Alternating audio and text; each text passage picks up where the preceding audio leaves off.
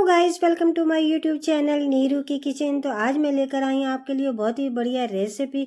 लेकिन अगर आप हमारे चैनल पर नए हैं तो सबसे पहले चैनल को सब्सक्राइब जरूर कर लें और बेल आइकन का बटन दबाना मत भूलें, जिससे हमारी हर वीडियो की नोटिफिकेशन सबसे पहले आपको मिले। तो चलिए वीडियो शुरू करते हैं। तो सबसे पहले यहाँ पे हम लेंगे 1 kg आटा, यानी कि नॉर्मल वाला आटा जिससे हम रोटियाँ बनाते हैं।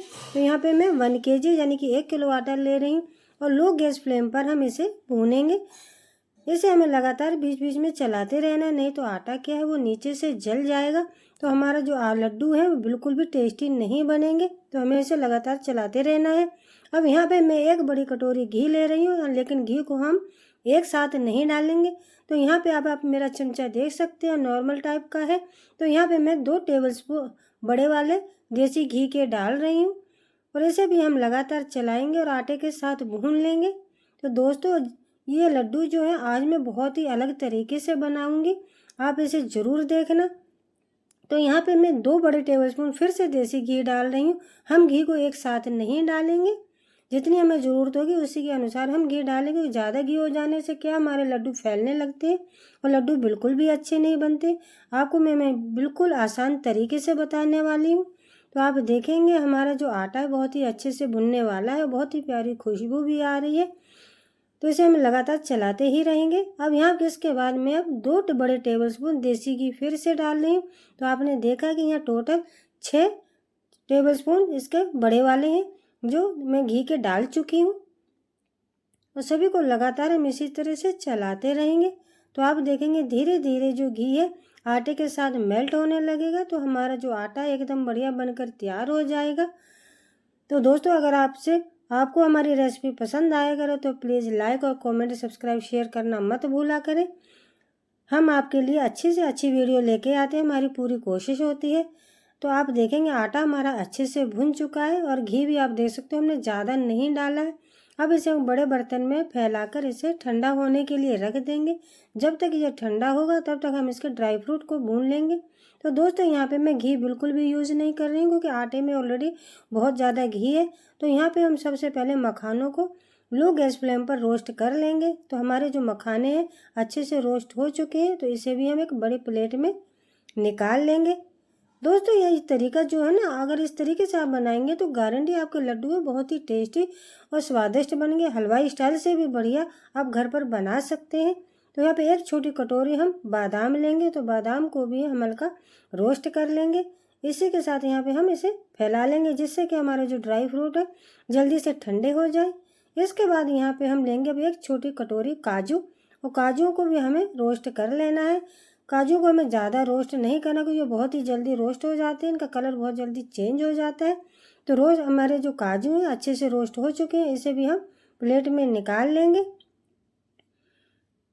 तो इसी के साथ यहाँ पे मैं ले रही हूँ 1 छोटी कटोरी तरबूज की मींग, और इसी के साथ 1 छोटी कटोरी हम वाटरमेलन सीड लेंगे, जिसे हम मगज भी बोलते हैं। उस सभी को हम चलाते हुए इसे भी हमें भून लेना है। जब तक इसमें चटर पटर की आवाज़ ना आए तब तक हमें इसे भूनना है। तो आप देखेंगे हमारे जो सीड्स हैं अच्छे से भून चुके हैं। तो इसे भी हम बड़ी प्लेट में निकाल लेंगे, जिससे कि साथ साथ में ठंडे भी होते चले जाए। इसके बाद यहाँ पे 1 छोटी कटोरी में गोंद ले रही हूँ। दोस्तों, जब भी आप लड्डू बनाए तो गोंद जरूर डालें, जो हमारी हेल्थ के लिए, हमारे शरीर के लिए, हमारी बॉडी के लिए बहुत ही अच्छी होती है गोंद। ये हमारी हड्डियों को मजबूत करता है। तो आप देखेंगे गोंद भी हमारी अच्छे से भुन चुकी है, उसे मैंने ठंडा होने के लिए रख दिया है। तो आप देखेंगे इसी के साथ यहाँ पे मैं 1 छोटी कटोरी कटे हुए पिस्ता ले रही हूँ और 10-12 इलायची कुटी हुई ले रही हूँ। दोस्तों, अगर आपके पास कोई भी इसमें एक ड्राई फ्रूट नहीं है तो आप उसके बिना भी बना सकते हैं। इससे भी हमारे जो ड्राई फ्रूट के बिना भी लड्डू बहुत टेस्टी बनते हैं। तो जितने भी हमने सभी ड्राई फ्रूट को लिया था, इसे में हम जार में डाल के थोड़ा सा दरदरा ही पीसेंगे। इसी में साथ मखाने डालें। मगज के बीज मैंने ज़्यादा नहीं डाले, थोड़े से ही डाल के मैं इसमें पीसूँगी। अब हम इसे हल्का दरदरा चलाते हुए पल्स मोड पर इसे पीस लेंगे। तो आप देखेंगे हमारे जो ड्राई फ्रूट है सभी अच्छे से पीस चुके हैं, हमें ज़्यादा बारीक भी नहीं करना है। तो आप देखेंगे आटा हमारा अच्छे से ठंडा हो चुका है। ज़्यादा नॉर्मल भी बिल्कुल ठंडा नहीं करना, हमें थोड़ा सा गर्म ही रहेगा तो सही है। अब हमने जो ड्राई फ्रूट को पीसा था सभी इसमें डाल देंगे। अब हमने जो सीड्स बचाए थे वाटरमेलन सीड्स के, तरबूज की मींग वो इसे भी हम साथ में डाल देंगे।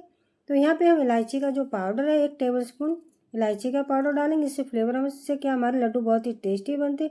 यहाँ पे मैं गोंद को जार में डाल के पीस लिया था, बारीक कर लिया था। इससे क्या है गोंद हमें खाने में हमें दांतों में नहीं फंसेगी। कि आपने देखा होगा कि डायरेक्ट अगर डाल देते हैं तो हमारे वो दांतों में चिपक जाती है, तो लड्डू हमारे बिल्कुल भी अच्छे नहीं बनते हैं। तो इसी के साथ यहाँ पे हम 1 टेबलस्पून कटा हुआ पिस्ता डाल देंगे। अगर आपके पास पिस्ता नहीं है तो स्किप कर सकते हैं। तो बाकी के हम इसे बचा के रख लेंगे। तो इसी के साथ यहाँ पे हम डालेंगे बूरा यानी कि पिसी हुई चीनी। आप अपने क्वांटिटी के अनुसार मीठा कम ज़्यादा कर सकते हैं। हाँ, मैं थोड़ा मीठा कम खाती हूँ तो मैं यहाँ पे बूरा है वो कम ही डालूँगी। और सभी को चलाते हुए इसे हाथों की सहायता से अच्छे से मिक्स कर लेंगे। जब भी आप लड्डू बनाएं तो बड़े बर्तन में ही बनाएं जिससे मिलाने में आसानी हो।